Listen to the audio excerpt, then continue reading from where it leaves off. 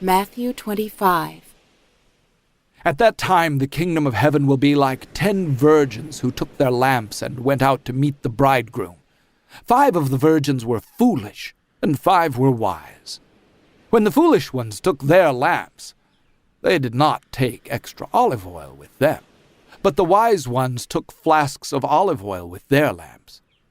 When the bridegroom was delayed a long time, they all became drowsy and fell asleep. But at midnight there was a shout, "Look, the bridegroom is here, come out to meet him." Then all the virgins woke up and trimmed their lamps. The foolish ones said to the wise, "Give us some of your oil, because our lamps are going out." "No," they replied, "there won't be enough for you and for us. Go instead to those who sell oil and buy some for yourselves." But while they had gone to buy it, the bridegroom arrived, and those who were ready went inside with him to the wedding banquet. Then the door was shut. Later the other virgins came too, saying, "Lord, Lord, let us in." But he replied, "I tell you the truth, I do not know you. Therefore stay alert, because you do not know the day or the hour. For it is like a man going on a journey who summoned his slaves and entrusted his property to them. To one he gave 5 talents, to another 2, and to another 1, each according to his ability. Then he went on his journey. The one who had received 5 talents went off right away and put his money to work and gained 5 more. In the same way, the one who had 2 gained 2 more. But the one who had received 1 talent went out and dug a hole in the ground and hid his master's money in it. After a long time, the master of those slaves came and settled his accounts with them. The one who had received the 5 talents came and brought 5 more, saying, "Sir, you entrusted me with 5 talents. See, I have gained 5 more." His master answered, "Well done, good and faithful slave. You have been faithful in a few things. I will put you in charge of many things. Enter into the joy of your master." The one with the 2 talents also came and said, "Sir, you entrusted 2 talents to me. See, I have gained 2 more."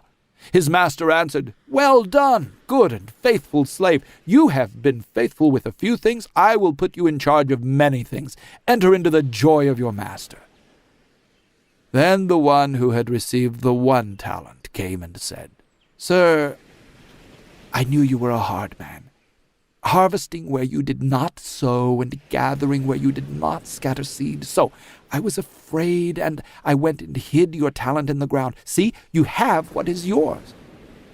But his master answered, "Evil and lazy slave. So you knew that I harvest where I didn't sow and gather where I didn't scatter. Then you should have deposited my money with the bankers, and on my return I would have received my money back with interest. Therefore, take the talent from him and give it to the one who has 10. For the one who has will be given more, and he will have more than enough.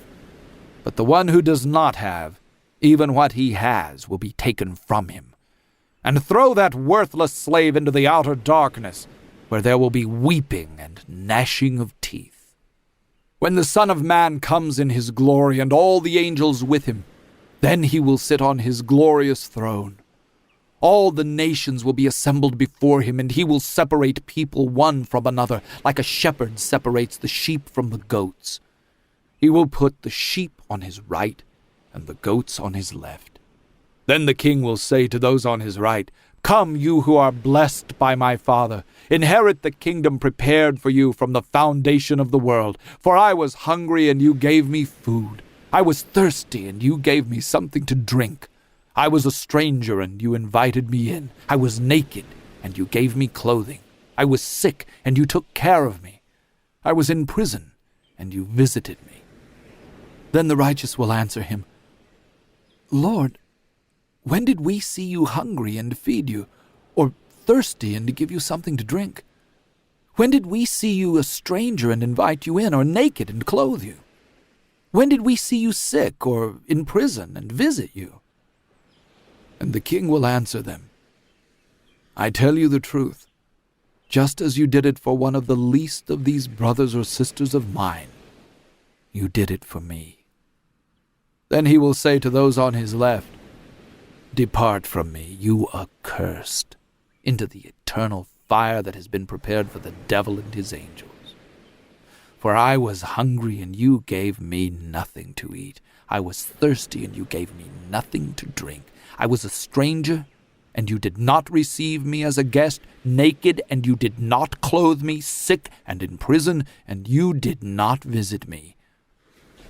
Then they too will answer, Lord, when did we see you hungry, or thirsty, or a stranger, or naked, or sick, or in prison, and did not give you whatever you needed? Then he will answer them, I tell you the truth. Just as you did not do it for one of the least of these, you did not do it for me. And these will depart into eternal punishment, but the righteous into eternal life.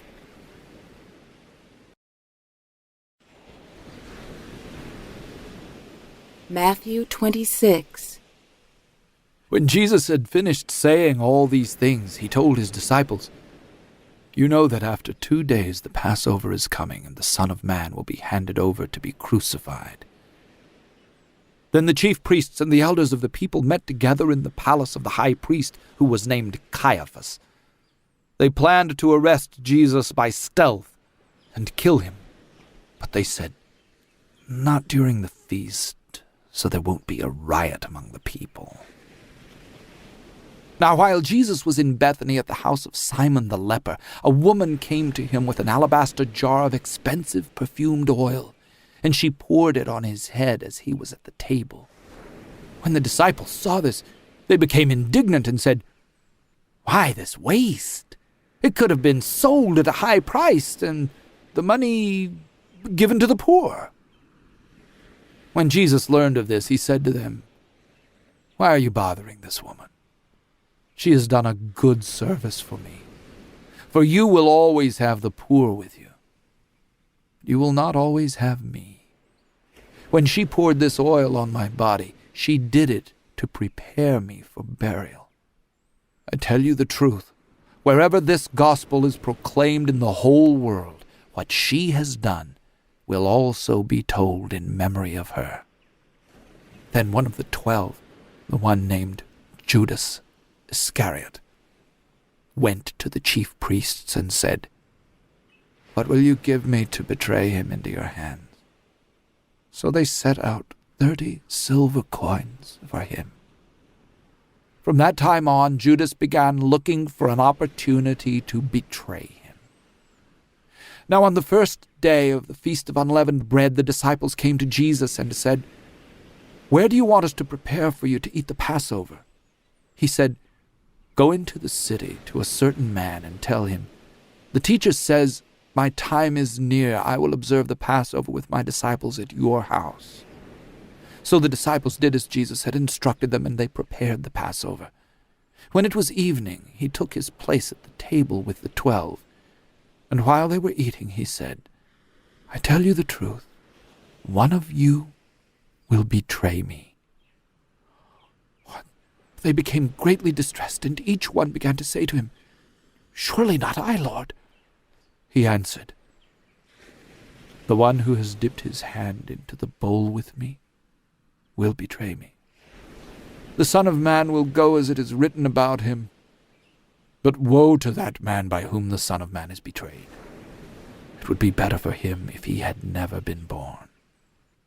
Then Judas, the one who would betray him, said, Surely not I, Rabbi. Jesus replied, You have said it yourself. While they were eating, Jesus took bread, and after giving thanks, he broke it, gave it to his disciples, and said, Take, eat. This is my body. And after taking the cup and giving thanks, he gave it to them, saying, Drink from it, all of you. For this is my blood, the blood of the covenant that is poured out for many for the forgiveness of sins. I tell you, from now on, I will not drink of this fruit of the vine until that day when I drink it new with you in my Father's kingdom. After singing a hymn, they went out to the Mount of Olives. Then Jesus said to them, This night you will all fall away because of me, for it is written, I will strike the shepherd, and the sheep of the flock will be scattered. But after I am raised, I will go ahead of you into Galilee. Peter said to him, If they all fall away because of you, I will never fall away. Jesus said to him, I tell you the truth. On this night, before the rooster crows, you will deny me 3 times. Peter said to him, Even if I must die with you, I will never deny you. And all the disciples said the same thing. Then Jesus went with them to a place called Gethsemane, and he said to his disciples, Sit here while I go over there and pray. He took with him Peter and the 2 sons of Zebedee and became anguished and distressed. Then he said to them, My soul is deeply grieved, even to the point of death.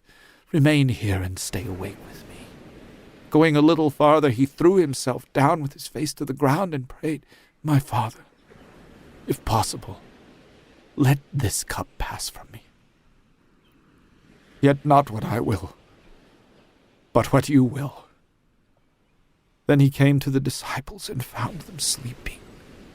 He said to Peter, So couldn't you stay awake with me for 1 hour? Stay awake and pray that you will not fall into temptation. The spirit is willing, but the flesh is weak. He went away a 2nd time and prayed, My Father, if this cup cannot be taken away unless I drink it, your will must be done. He came again and found them sleeping. They could not keep their eyes open. So leaving them again, he went away and prayed for the 3rd time, saying the same thing once more. Then he came to the disciples and said to them, Are you still sleeping and resting? Look, the hour is approaching, and the Son of Man is betrayed into the hands of sinners. Get up, let us go. Look, my betrayer is approaching. While he was still speaking, Judas, one of the 12, arrived. With him was a large crowd, armed with swords and clubs sent by the chief priests and elders of the people. Now the betrayer had given them a sign, saying, The one I kiss is the man, arrest him. Immediately he went up to Jesus and said, Greetings, Rabbi, and kissed him. Jesus said to him, Friend, do what you are here to do. Then they came and took hold of Jesus and arrested him. But one of those with Jesus grabbed his sword, drew it out, and struck the high priest's slave, cutting off his ear. Then Jesus said to him, Put your sword back in its place. For all who take hold of the sword will die by the sword. Or do you think that I cannot call on my Father, and that he would send me more than 12 legions of angels right now? How then would the scriptures that say it must happen this way be fulfilled? At that moment Jesus said to the crowd, Have you come out with swords and clubs to arrest me like you would an outlaw? Day after day I sat teaching in the temple courts, yet you did not arrest me. But this has happened so that the scriptures of the prophets would be fulfilled. Then all the disciples left him and fled.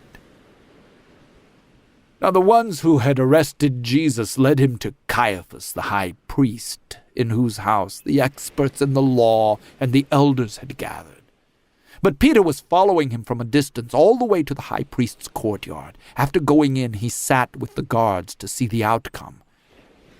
The chief priests and the whole Sanhedrin were trying to find false testimony against Jesus so that they could put him to death, but they did not find anything, though many false witnesses came forward.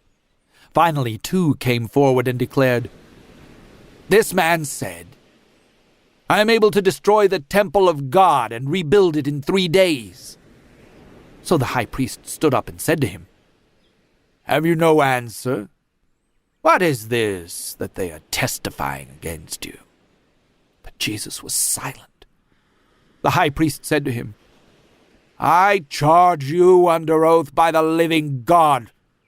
Tell us if you are the Christ, the Son of God." Jesus said to him, "You have said it yourself. But I tell you, from now on, you will see the Son of Man sitting at the right hand of the power and coming on the clouds of heaven." Then the high priest tore his clothes and declared, "He has blasphemed. Why do we still need witnesses? Now you have heard the blasphemy. What is your verdict?" They answered, "He is guilty and deserves death." Then they spat in his face and struck him with their fists, and some slapped him, saying, "Prophesy for us, you Christ. Who hit you?" Now Peter was sitting outside in the courtyard. A slave girl came to him and said, "You also were with Jesus the Galilean." But he denied it in front of them all. "I don't know what you're talking about." When he went out to the gateway, another slave girl saw him and said to the people there, "This man was with Jesus the Nazarene." He denied it again with an oath, "I do not know the man." After a little while, those standing there came up to Peter and said, "You really are one of them, too. Even your accent gives you away." At that he began to curse, and he swore with an oath, "I do not know the man." At that moment, a rooster crowed. Then Peter remembered what Jesus had said. "Before the rooster crows, you will deny me 3 times." And he went outside and wept bitterly.